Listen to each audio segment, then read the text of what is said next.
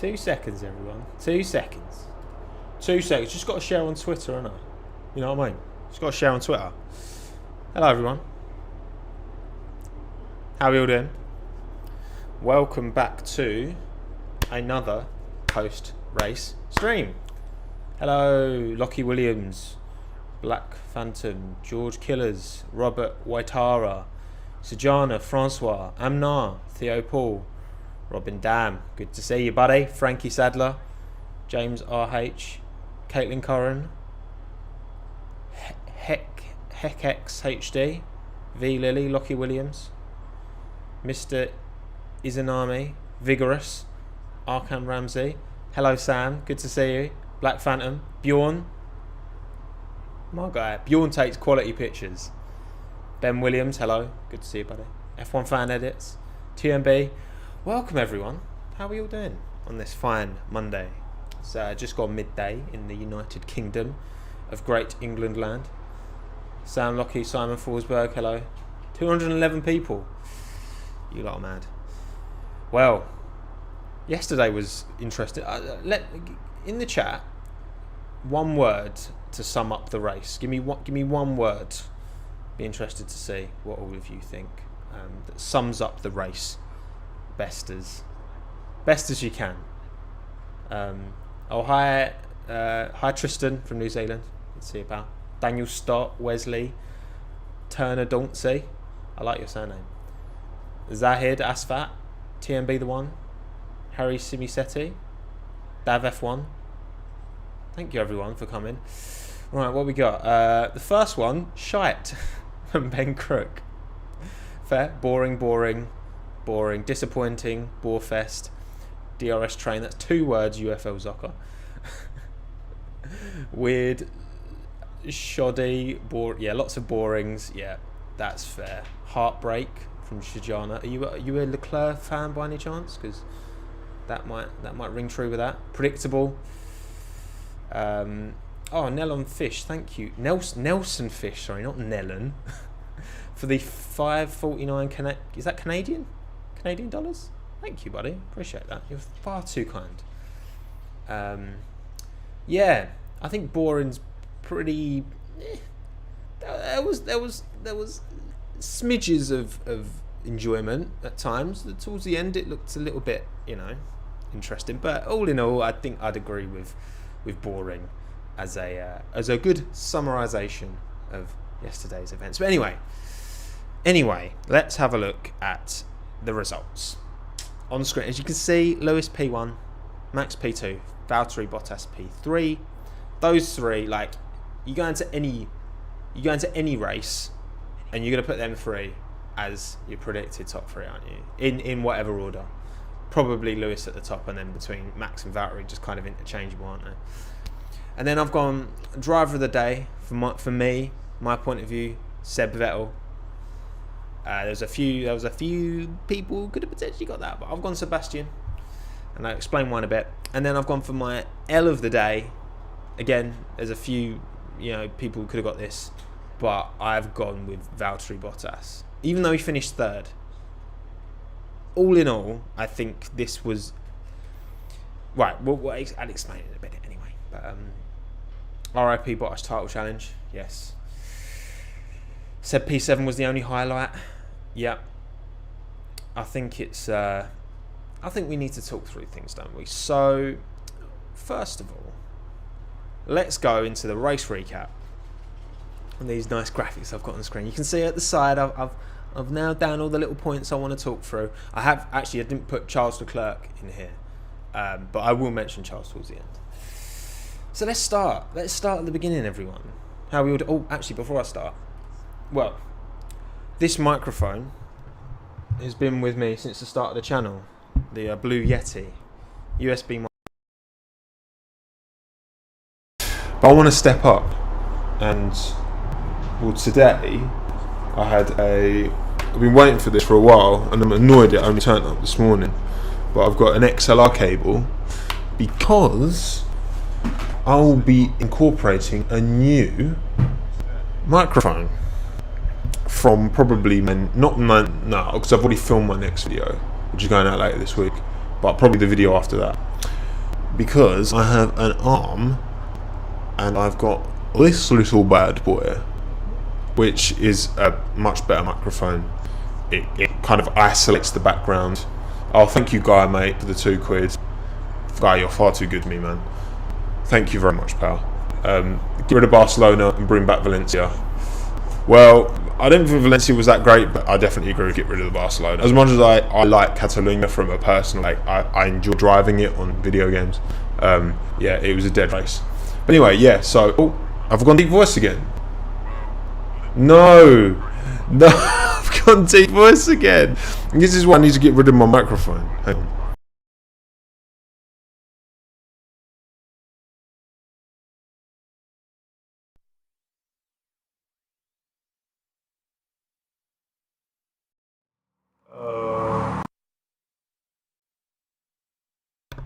Alright, we good? Oh, that's the second time that's happened on a stream. Change voice, please. Last time it happened when I plugged my charging cable into my laptop. And this time it just happened out of nowhere when I picked it up. Hang on. Yeah, I sound fine now. There we go. There we go. Calm down, everyone. Calm down. Can't hear. Look, you can hear now. There's a delay between the chat and actually what's going on.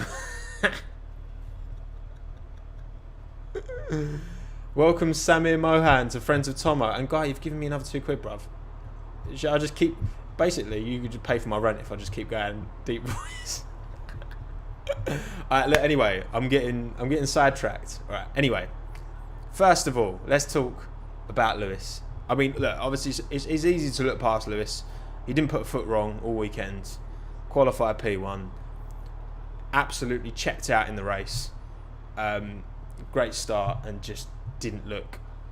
You know, Verstappen kept that gap consistent, but you never know how much of that gap being consistent is, you know, how much is Mercedes pushing, how much is Red Bull pushing, how much are they conserving.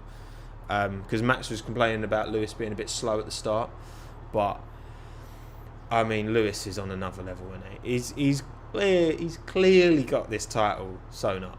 You know what I mean? Clearly, as far as I'm concerned. It would take an absolute madness for things to go wrong from here on in. So, yeah, I think Lewis, credit where credit's due. Lewis deserves a lot of credit. And I've said it before, I'll say it again, I still think Lewis is you know, it's impossible to compare. I think probably my top 3 of all time. Definitely Lewis in there. Definitely Jim Clark in there. Maybe Prost as well. I don't know. That'll be an age-old debate. No one's list will ever be the same. But anyway, Lewis is just a madness. And the bloke's an android. And that Mercedes is just working for him absolutely perfectly. But anyway, that's enough about Lewis. Let's talk about Lance Stroll. That start from Lancey boy was unreal.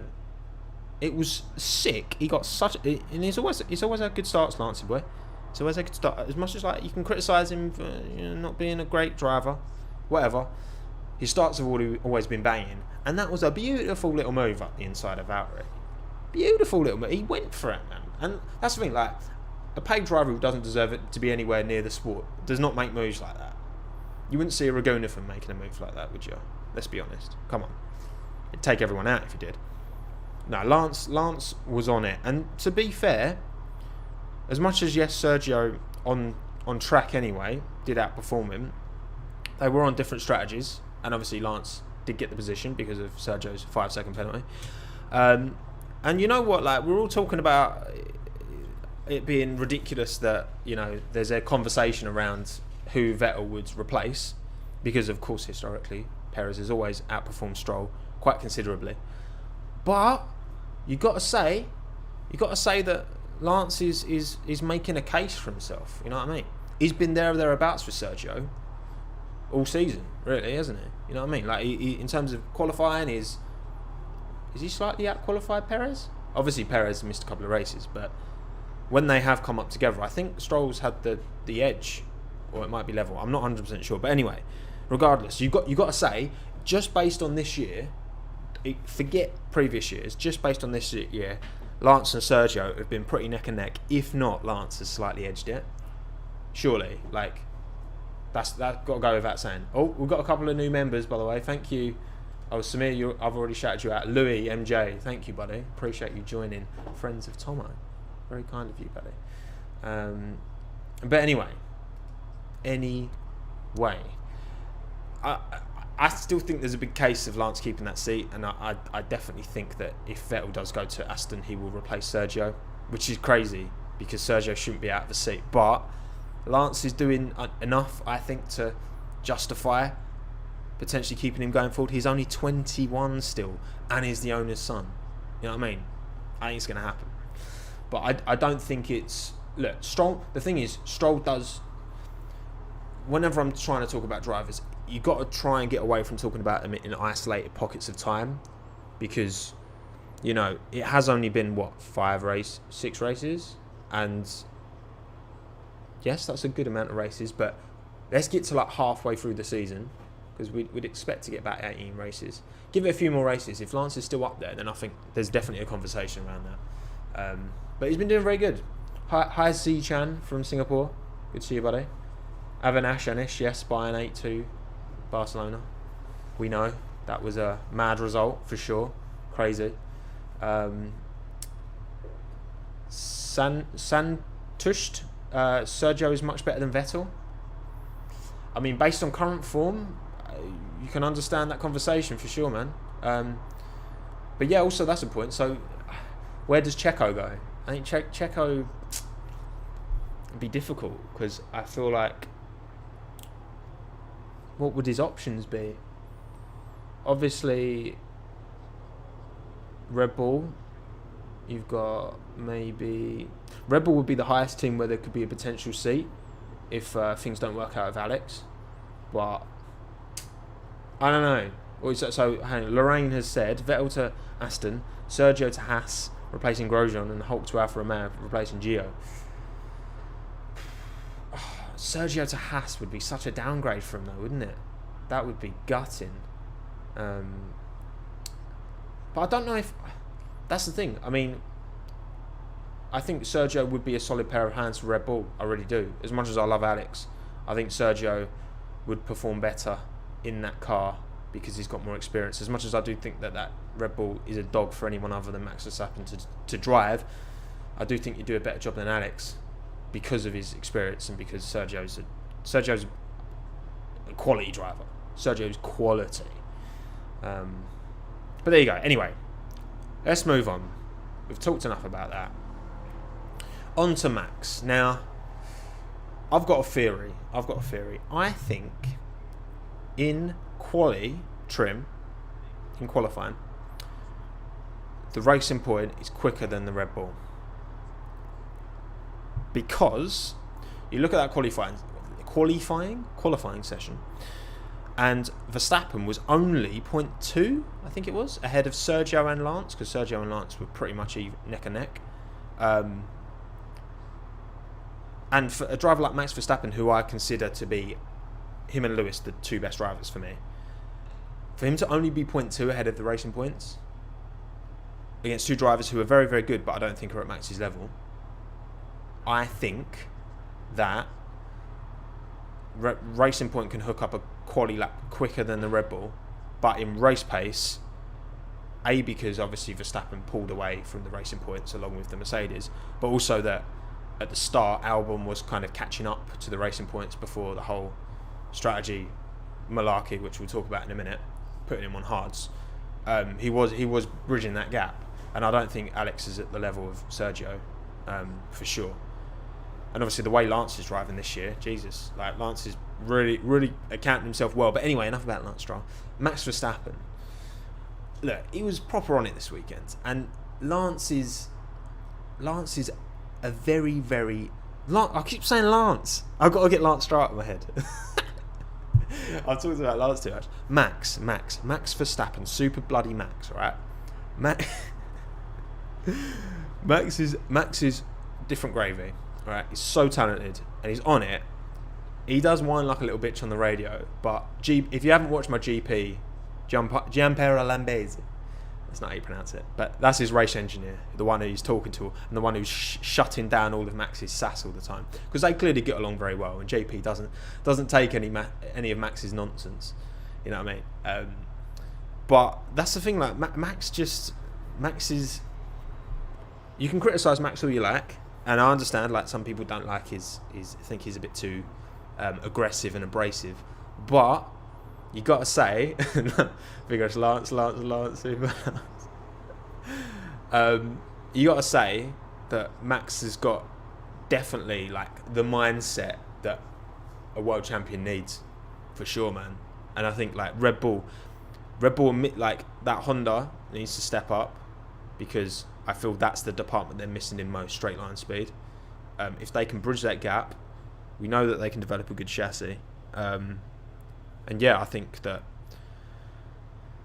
Max is gonna. That's the thing. If it wasn't for Lewis, not even just Mercedes, if it wasn't for Lewis, Max would be top.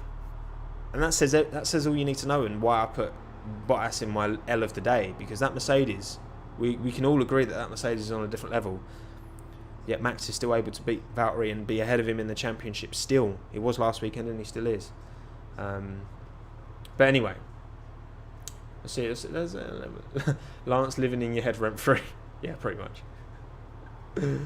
Sunky, I still hate you for putting Alpha Tauri's livery last.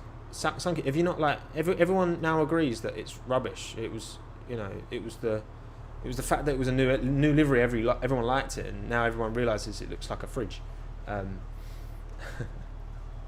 just started raining. Lovely. I'm just gonna go out for a walk after this. Maybe not then. Jake F1, Tomo, how are you? I'm good, thank you. I'm so sad. Why did that happen to Charles? Let's talk about Charles now, actually, because I haven't put him in the list. I mean, from the post-race interviews that I watched, Charles still didn't know why it had happened. I think it's a bit unusual for the rear axle to lock when the engine stops, because I don't know. They said it's like pulling the handbrake. So it wasn't just the engines.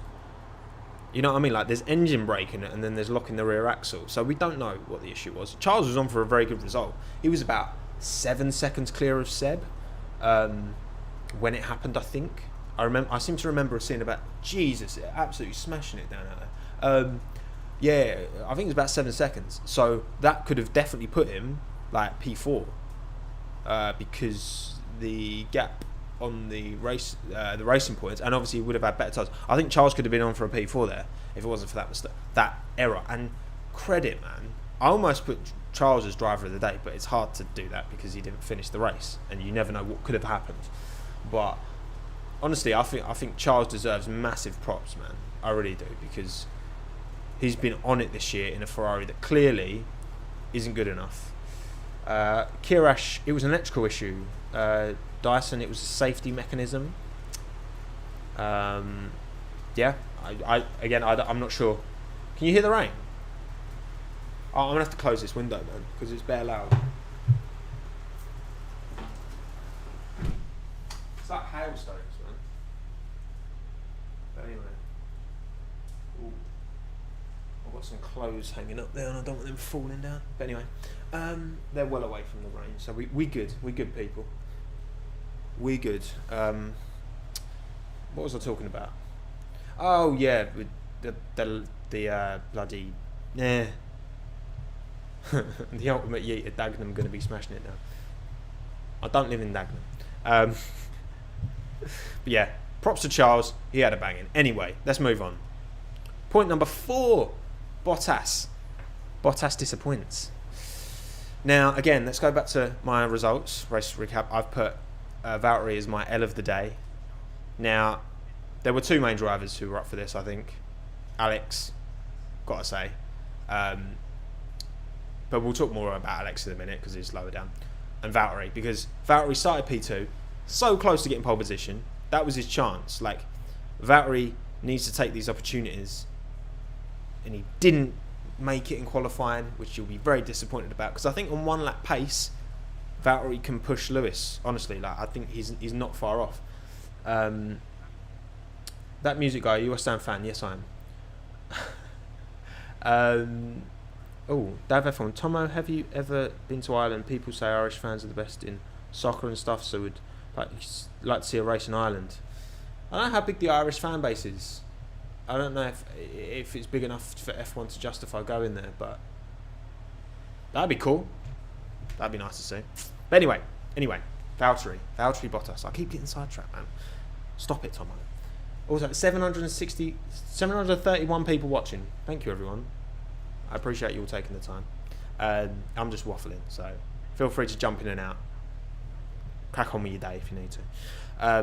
But yeah, I think, and then for him to lose the positions that he did at the start, you know, I hate the fact that he compromised because of his issue, and it's got a bad run. Like, so much of that race was decided at the start. So much of that race. If certain things, let's talk about Alex, for example. I've got to talk about Alex, my boy.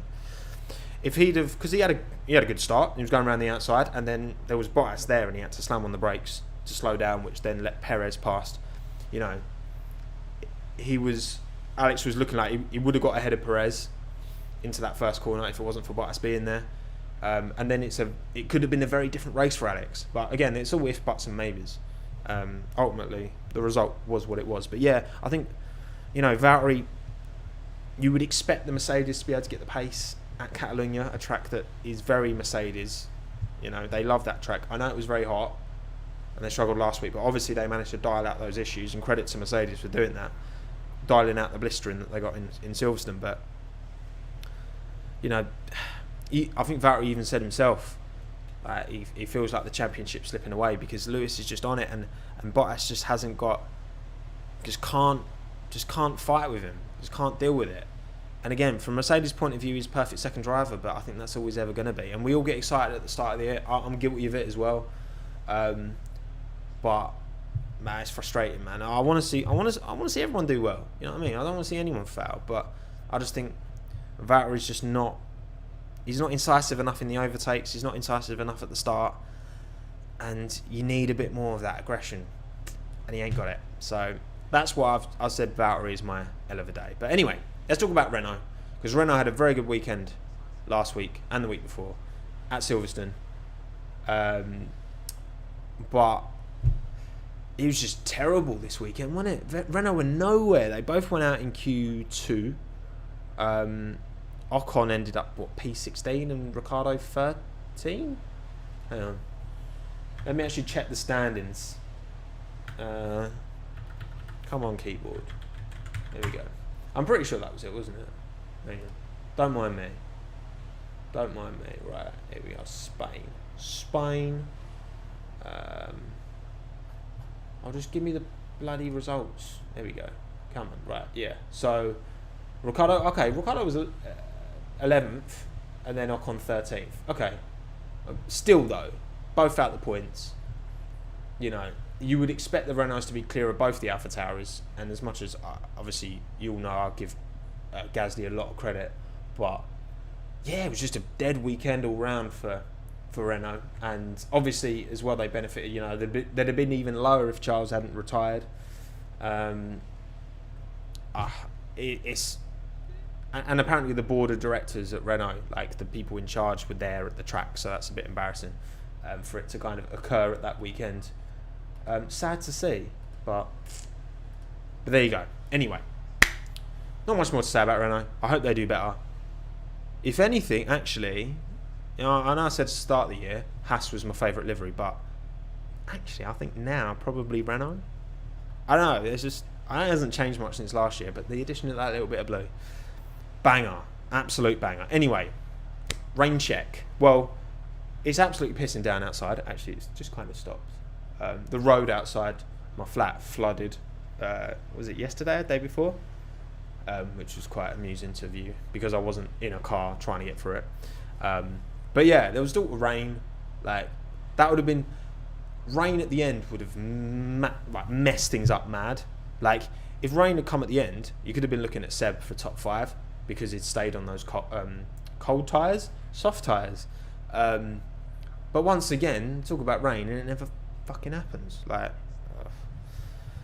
honestly, Catalonia, we'll talk about Catalonia for this bit because, again, as much as I personally, I enjoyed racing the track, when I used to play Forza 3 all the fucking time back in the day. It's not conducive of good racing. Now, I've talked before about don't blame the track, blame the regulations, and that's still true for this. But ultimately, it's just dead. It's just dead. That final chicane ruins any chance. But there should be more than one place to overtake as well. Like, you were only really seeing overtakes into that first kind of corner complex, weren't you? Like, apart from that, the rest of the circuit's just it's just procession, man, and it's like dead. At least we get Spa next weekend after next, because there's no race next weekend. You know what I mean? Which should be a lot better. We like Spa. We enjoy Spa. Spa's good fun.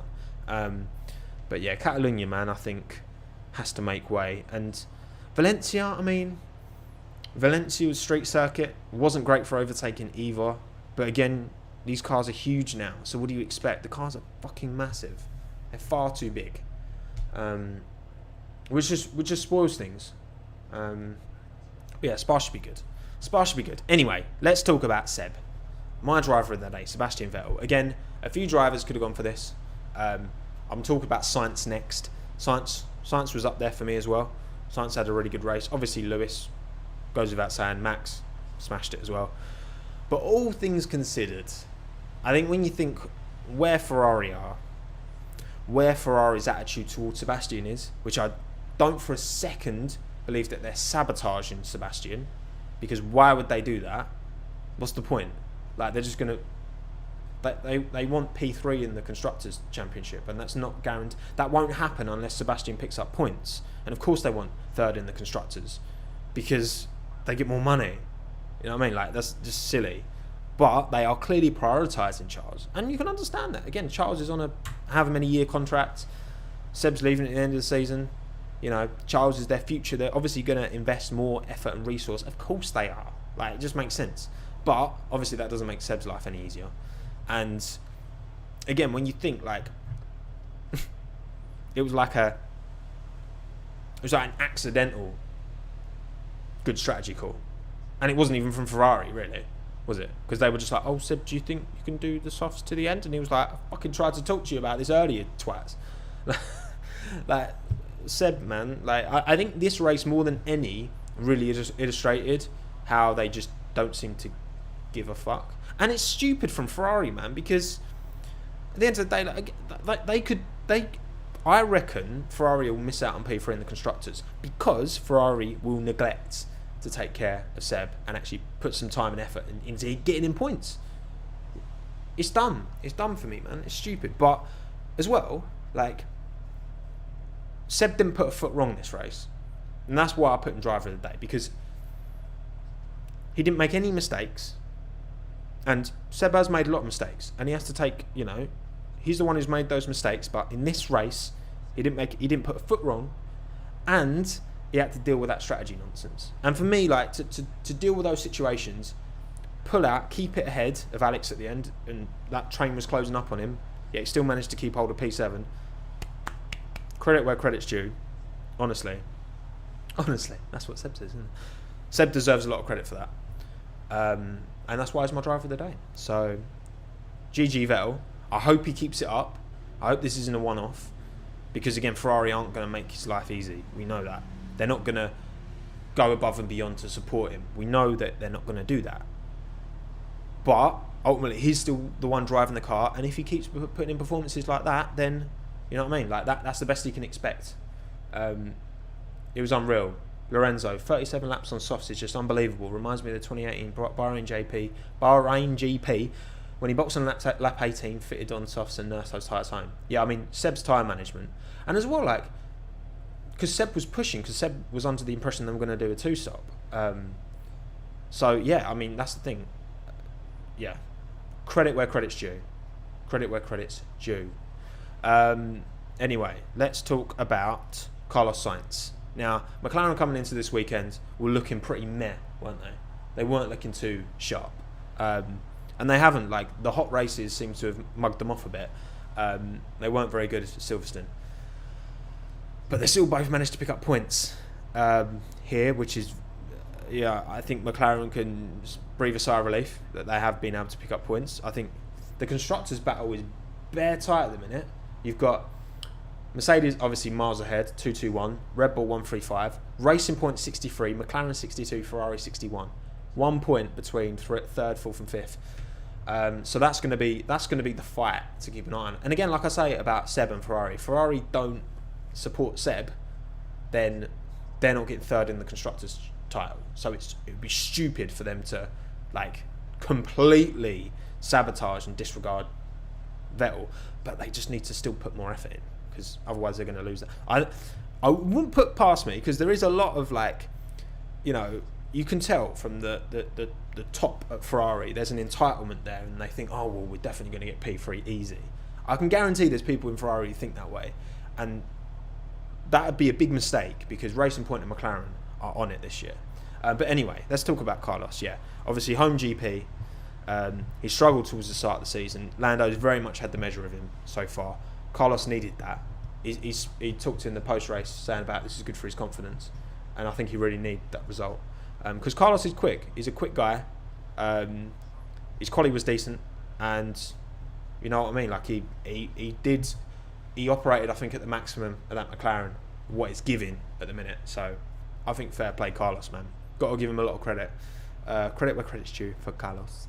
Doesn't deserve to be overlooked, even though the coverage always seems to overlook him.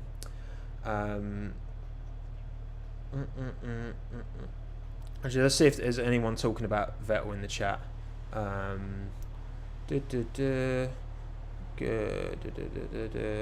was everyone saying? Vettel should go to Red Bull. Pranshu.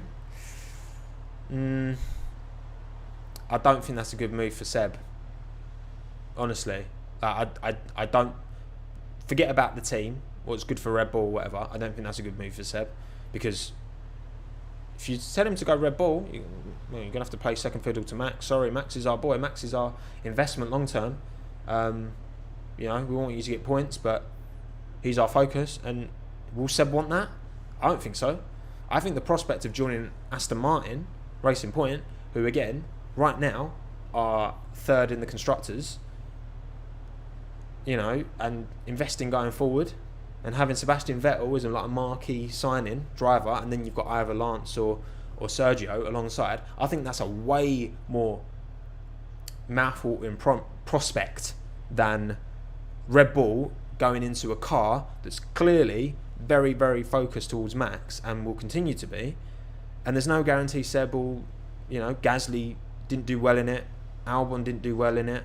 There's no guarantee. Yes, I know Seb's got 4 world titles, blah, blah, blah. But he's got 4 world titles now, and he's not performing that Ferrari because that Ferrari's not suited to him. And you got to say that why wouldn't that happen again if he went to Red Bull? You know what I mean? Because I don't know. I just think that'd be a big risky move for Seb, just purely from Seb's point of view. You can maybe justify it from Red Bull's point of view. I still don't think so, personally. But because the thing is look, let's talk about Alex now. So obviously Alex, good, all right, qualifying P6. I think all things considered, it's a step in the right direction. I think realistically, right, the way that Max is operating, I think the best anyone can expect from any other driver coming into that Red Bull, where it is still, it's a car that's so clearly focused towards a certain driver's driving style, because they've talked about this in, like, Karen talked about it, and Johnny Herbert talked about it, about coming into teams, even back when they were racing, coming into teams that you have to adapt your driving style to fit the car sometimes. And some cars, because again, Red Bull's got the higher rake, it's much more edgy and twitchy, and the ceiling is almost there at the Mercedes, but it's much harder to get to that ceiling. But Max, because that's his style, that's what he does, he's able to get it closer to that consistently. I think the closest anyone can realistically expect that second Red Bull to get to Max in quali is like 0.3 of a second. But honestly, I think anyone coming into that car, I genuinely think so.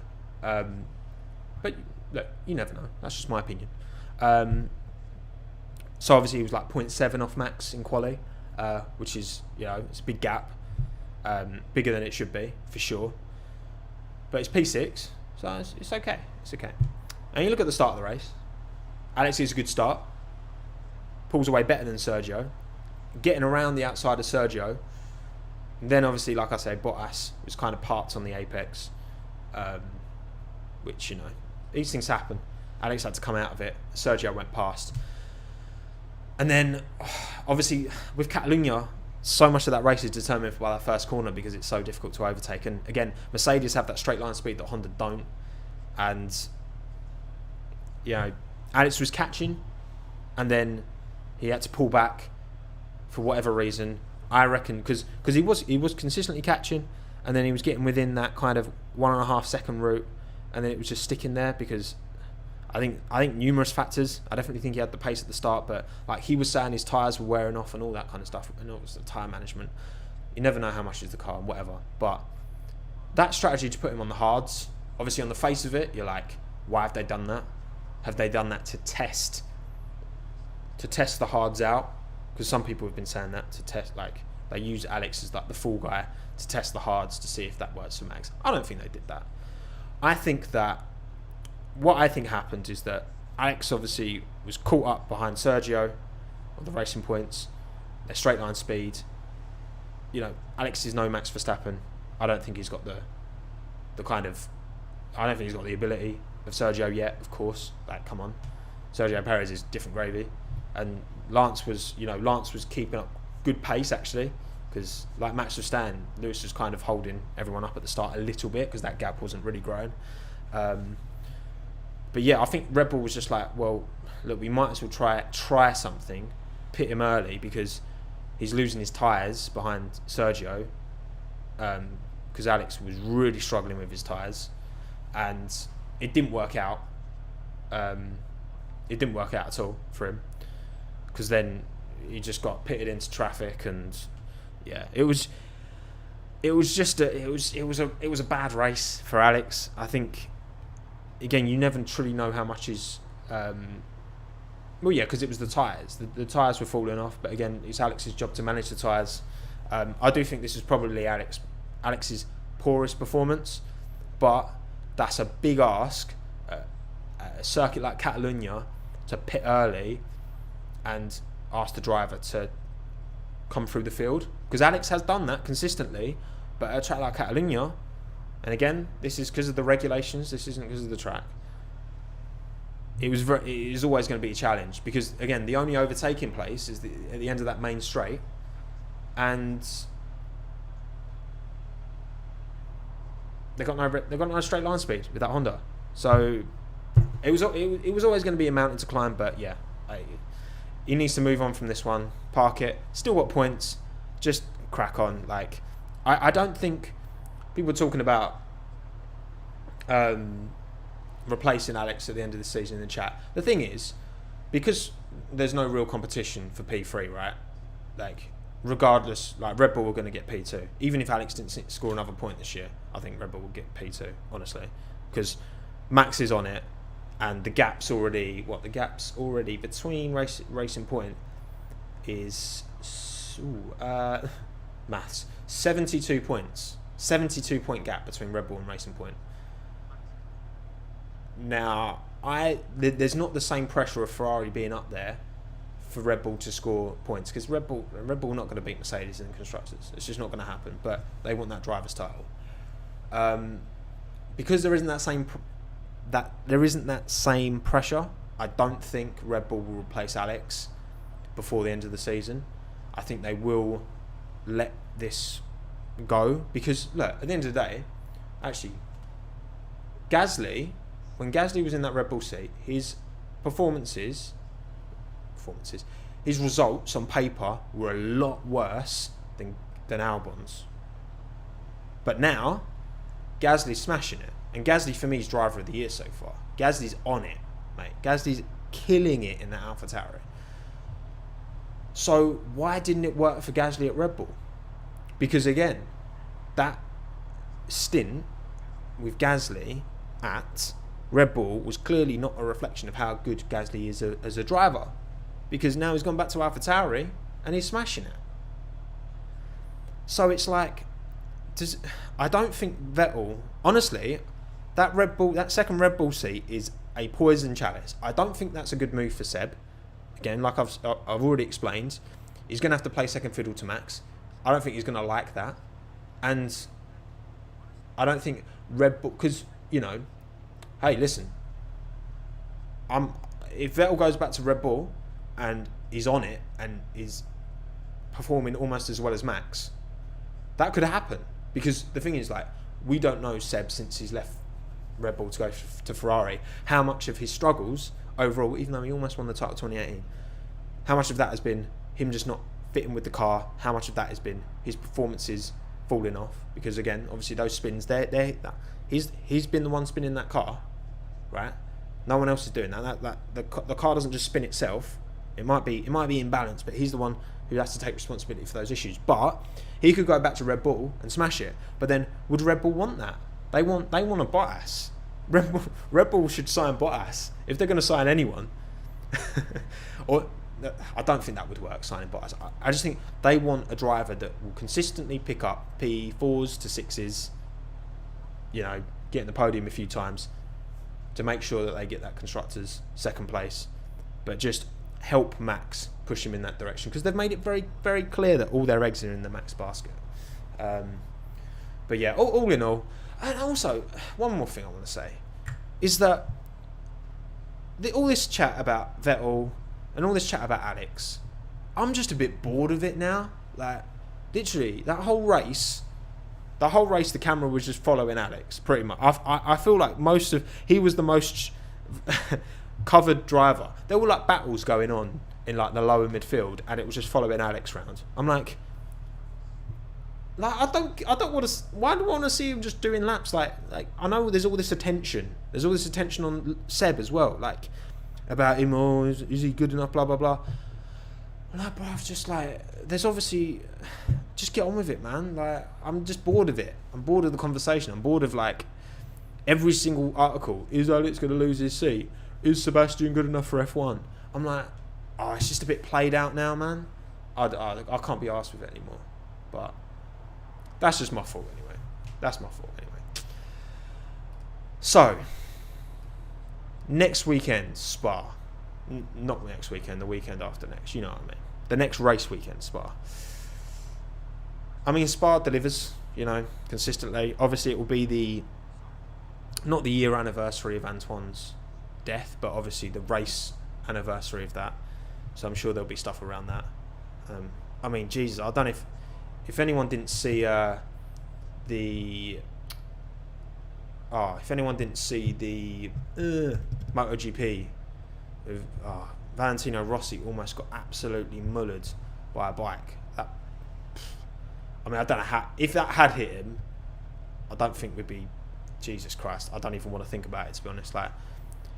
Motorsport's dangerous, and we forget that sometimes.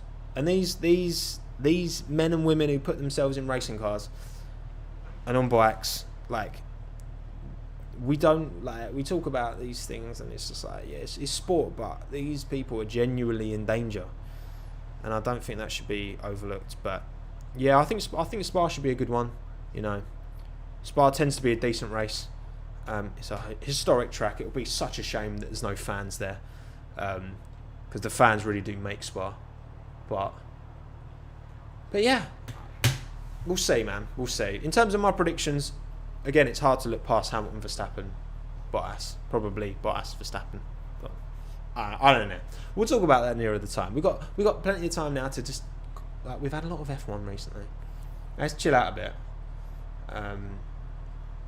And yeah, and actually, I want to give one more shout out before we end to Pierre Gasly. Again, still my driver of the year so far. Got a P9 in the points. Gasly's on it, man. And it goes to show how going from a very good car that doesn't work for you versus a car that really works for you, how different things can be. Because look, before we go, I think it should be, and I'm not doing this to have a pop at Pierre, but I think it's important to understand how bad his results were at Red Bull, right, last year. And then the context of that versus how good his performance had been in the Toro Rosso. Now, where are we? Right, okay, so why isn't it showing me his right? Formula 1 results. There we go. Right, okay, so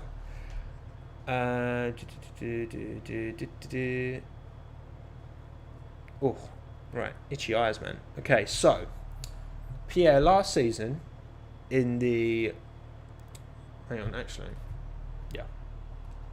So last season in the Red Bull, Pierre got P11.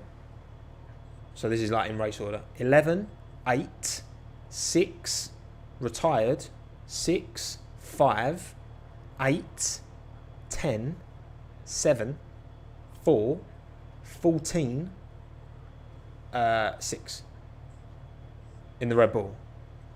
So you're averaging, what, you're probably saying averaging at about P7.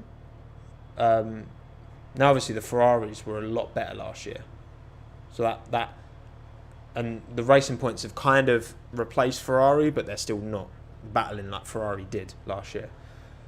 So that was his results at Red Bull, and then you go to Toro Rosso, and then his results were 9, 11, 8, 14, 7, 9, 16, 2, 18. Now, there's not a lot of difference, really. You think like the way that's obviously that P2 was a bit of a freak result, but getting that Toro Rosso into what P7, P8, and 2 P9s in 1, 2, 3, 4, 5, 6, 7, 8, 9 races. That Toro Rosso wasn't as good as the AlphaTauris this year, and then obviously this year he's already got a P7, 2 P7s, and a P9. I think like just like Sebastian Vettel just doesn't lose his ability overnight, right? Pierre Gasly doesn't just lose his ability overnight, because he did well in that Toro Rosso. Like in 2018, he did well in the Toro Rosso, not nearly as well as he did in 2019 when he went back to Toro Rosso.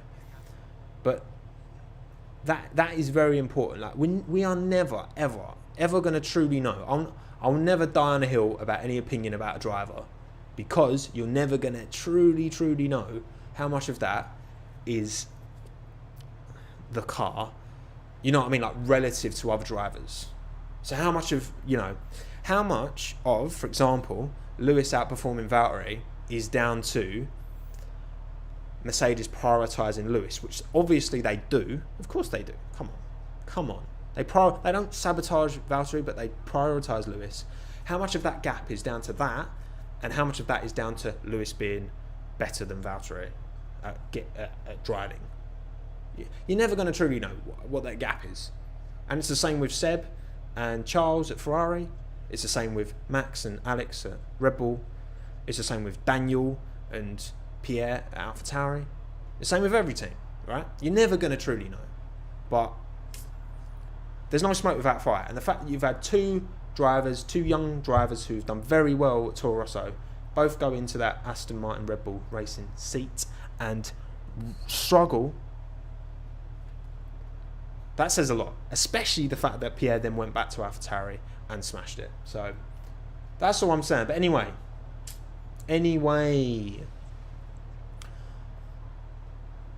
I'm done. Thank you everyone for watching. We've been streaming for how long now? Too bloody long. We've been streaming for almost 45 minutes, bruv. Right, well, thank you everyone for watching. Still got 777 of you here. So I do appreciate it. We've almost got the Husky video to 100k as well. The views on that are banged. So yeah, it's good to see. But yeah, thank you everyone for stopping by and watching. We've got a new video coming on Wednesday's the plan, featuring a certain Pierre Gasly. I will say no more. Obviously not featuring him in real life. That would be amazing. But about him, kind of him and someone else. But you'll see if you watch on. If you watch next week. No, if you watch on Wednesday. And also, I've decided that on Saturdays, after my quali streams, I'm gonna, when I can, do the F2 race as well. I'll probably end the stream and then start a new one, which is watch along of the F2 feature race. because I really found myself getting into the F2 this year. Yuki Tsunoda is my boy. I love him. And yeah, that'd be good fun. But yeah, anyway, thank you everyone. Be nice to each other. Have a lovely week. And yeah, new video Wednesday. Thank you all again for your support. Honestly, like this whole prospect is still ridiculous. I actually had the very first person. I was sat outside Tesco with Minton. Like, when was it? A couple of days ago.